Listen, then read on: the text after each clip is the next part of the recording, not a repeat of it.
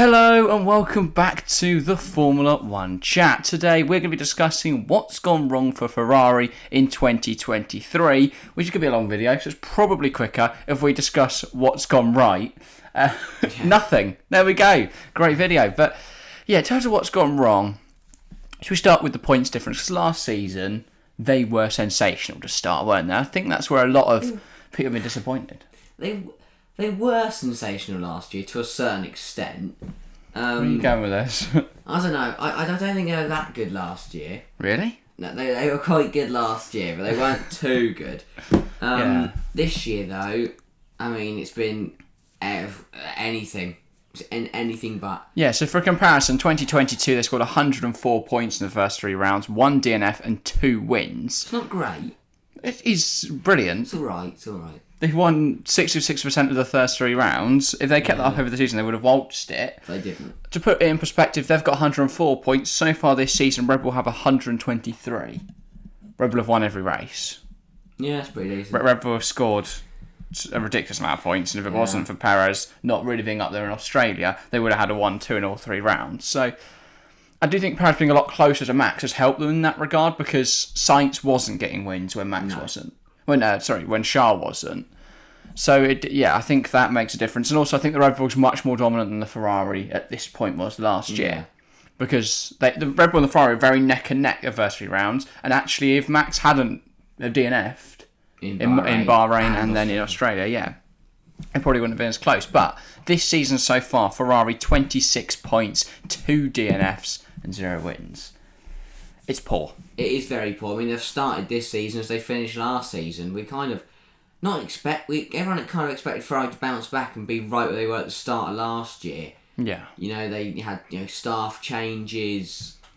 They overhauled a lot of things, looking to get back to the front. But to be honest, they've just gone further and further back. I mean, last year they ended up fighting Mercedes for third. Yeah, exactly. And we know how crap that car was.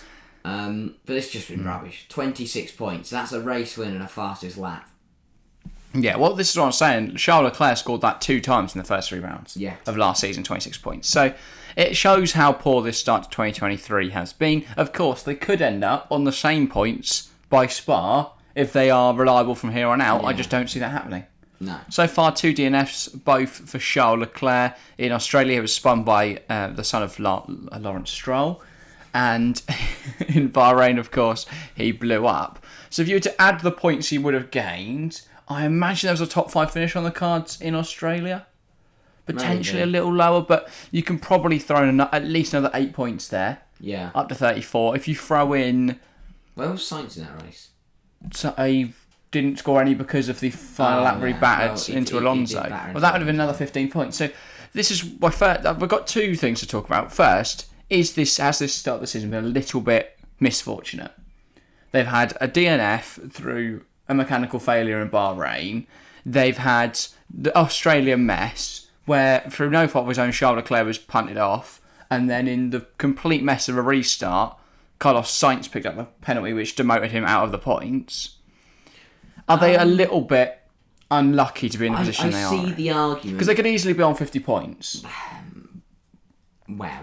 If you add 8, Charles Leclerc would have scored 15 at the first round. Carlos Sainz would have had 15 in the Australia. That's Sainz another 38 did points. punt Alonso out. That was his fault. From a manufactured safety car. As we were talking about last week. He punted him off. So I don't count those points because he deserved that, because he drove into another driver. And I think I see the argument, but I also look at it and go, when they actually finished the races, they finished in a 6-7 in Saudi? In Saudi, but maybe Saudi's not their track. They didn't win Saudi last year, for example. Yeah. And you could argue they had a quicker cut package than Red Bull at the start of the year. So do you think Ferrari have been misfortunate to start this season? Or is it all their own doing? It's a bit of 50-50. 50-50. I think, with the DNFs, Charles been unfortunate, but with punting another driver off the track and just being slow in general, that is quite unlucky. But again, you have to ask the question, it's misfortunate, the DNFs from Charles' point of view, but the mechanical one, That's not Charles' fault, but it's still Ferrari's fault. Well, yeah, I guess, but still, it's harsh on because it's not the team at the track haven't made that mistake. But So it depends what you define as Ferrari. Because I think a lot of the time when we talk about the teams, we talk about the constructors, we only really focus on people at the track. Yeah. It's hard to really blame people who aren't there and who you don't know people about. At the factory have cocked it up for years. Well, yeah, the Ferrari I don't know who reliability was a It's the reason problem they never last get year. talked about. Well, that's the thing, they're not the people in the firing line. No. If Ferrari don't score a point this year, Charles Leclerc will be the one asked questions of. Fred Vasseur will be the one asked questions of. It's not going to be Jane at the factory who set something on fire in the engine, which means it blows up every week. I don't know much about F1 engines, as is evident. Oh, Jane might not work there anymore. But yeah. It's just been poor. But I don't get how you don't learn from your mistakes. Last year, they built a car that consistently blew up and failed and spun and crashed and didn't bring home enough points. So what are they doing in 2023? Exactly the same thing, but worse. Maybe they just don't know where the problem is. How? Well, I guess you may not. I'd go. All those people that just made that engine that then set on fire for the 5th time this year, they're probably the problem. You can't sack an entire workforce. Why not? But I don't know. I don't know what's... I just think lost. They've had a poor season. Yeah. Well, this is another thing. The relative drop-off in performance. You look at the teams that have come through, of course, Mercedes have a much more competitive package this year. This means that when Ferrari aren't 100% on the pace, there are other teams in front, and obviously Aston Martin. That's now 2 teams that are taking more points away from Ferrari. If you wipe them out of the equation, if you put them below Ferrari, then suddenly Ferrari's points are a lot higher. So, but equally, is it that they've because of DNF. They've stagnated. Yeah, I guess, but they've sort of stagnated while the other teams have all made a bigger step. And then that's in a relative drop because their car's it's not worse than last year. You can't make a worse car, really. Like, you can't really go backwards unless you're Mercedes. But unless a serious regulation changes, it's rare you see a team go backwards. This Ferrari car feels like it could be quicker than last year, but relative to other teams, it's a slower car. But we know in Formula 1 you can never afford to stand still. You can't afford to have a year of where you stay on the same pace because they are now the 4th best team on the grid. And if they're not careful, then other teams are going to come in and overtake them. Yeah, and I do think that with Alpine showing a lot of pace at the moment, you look at the current constructors' standings, Ferrari are 4th, but McLaren not far behind. If they can have a few more lucky weekends, they can be all right. If Alpine didn't have that incident in Australia, they'd be well ahead of Ferrari right now. And after that, think of how crap McLaren have been this year. And how many points behind Ferrari? 14. They're almost at half. They're a point off being half of Ferrari's points. Wow. For a Ferrari point of view, you've got to look at and McLaren have been pissing around the back all year. Yeah. And spinning around and blowing. And Lando had 10 pit stops in the first 3 races. So Ferrari are 30 points behind Mercedes, which is more than an entire race victory and fastest lap. Yeah. They are too many points to count behind Red Bull. They are 97 points behind Red Bull. But last year at this stage, they led the Constructors' Championship. Yeah. And this by quite the distance. We thought Ferrari were going to finish the championship at this point last year. That is just unbelievable.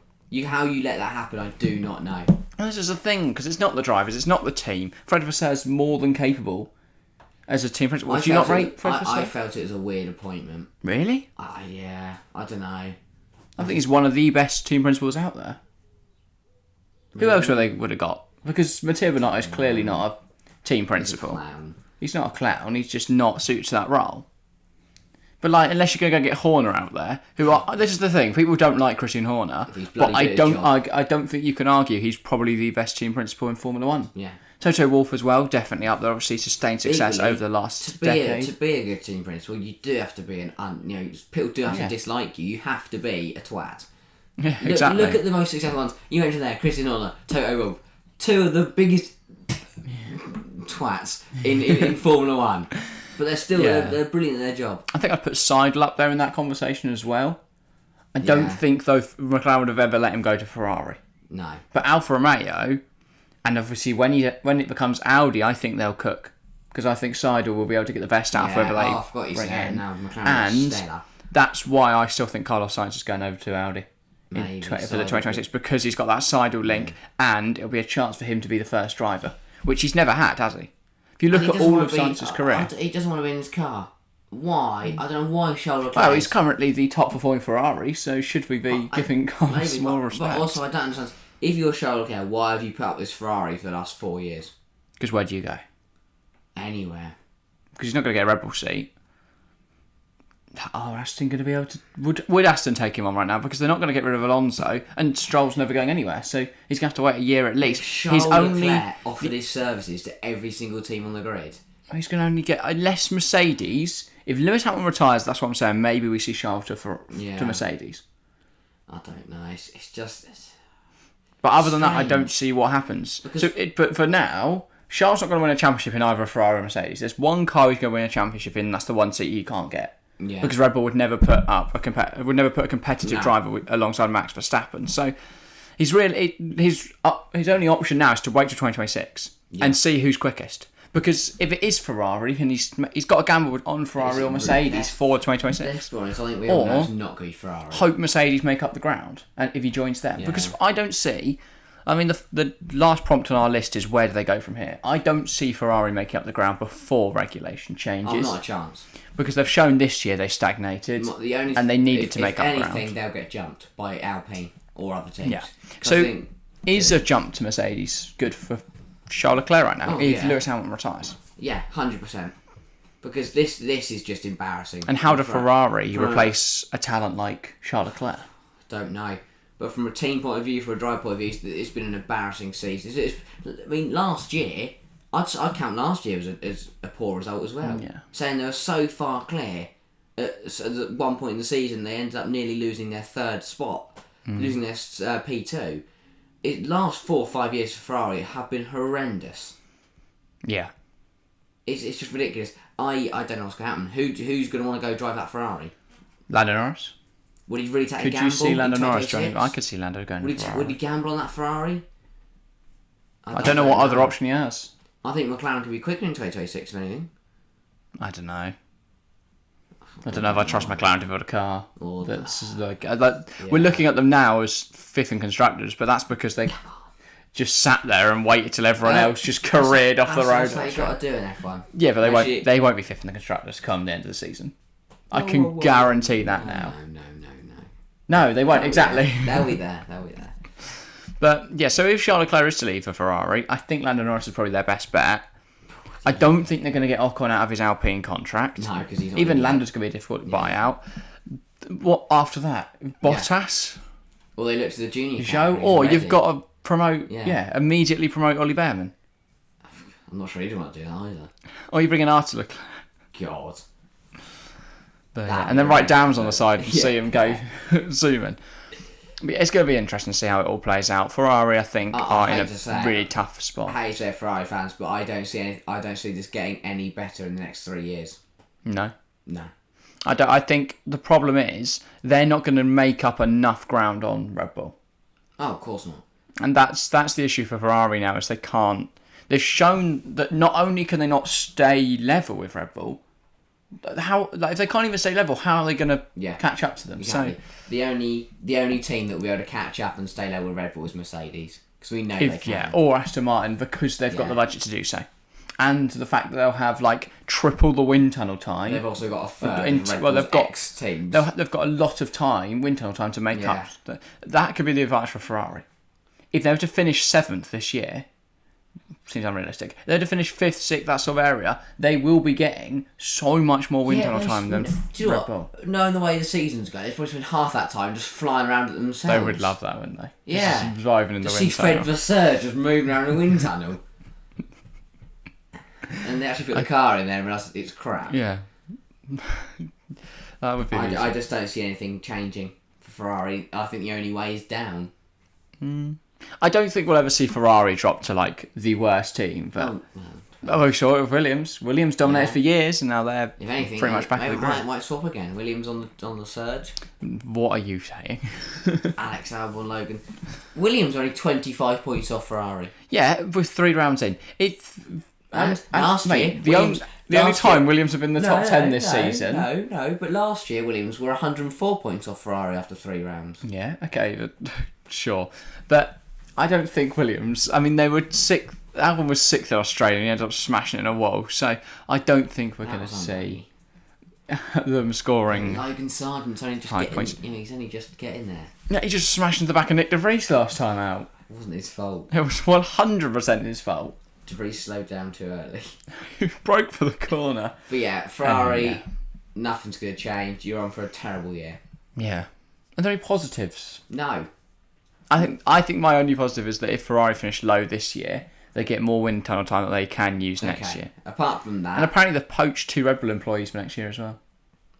Apart from that, they're 78 points off last year's total. Well, they've had one more DNF and it's down 2 wins. Not great. It's bad. Bad. Yeah. But Ferrari, we head next time to Azerbaijan. I can't remember the Azerbaijan Grand Prix of last year, but... it was double DNF. Yeah. So they can only go up. It can't get worse. They can only stay level with last year. Which they probably will. Yeah. Yes, double DNF. And Red Bull dominated it, obviously, because who else is going to challenge? Well, actually, Azerbaijan came after Imola. So if you remember back to Imola last year, that was a shit show because you had Carlos Sainz out on lap 1 after a collision with Daniel Ricciardo, and Charles Leclerc finished 7th after spinning on a curb. Oh, yeah. Because he was too hard pushing for... Then they had Miami, where Max pissed it and Perez just sat in 4th, so Ferrari took a 2-3. Then it was Spain, where Charles Leclerc... blew up from the lead. Yep, blew up from the lead. Sainz? I think he finished 2nd. He finished 4th. I don't know how that happened.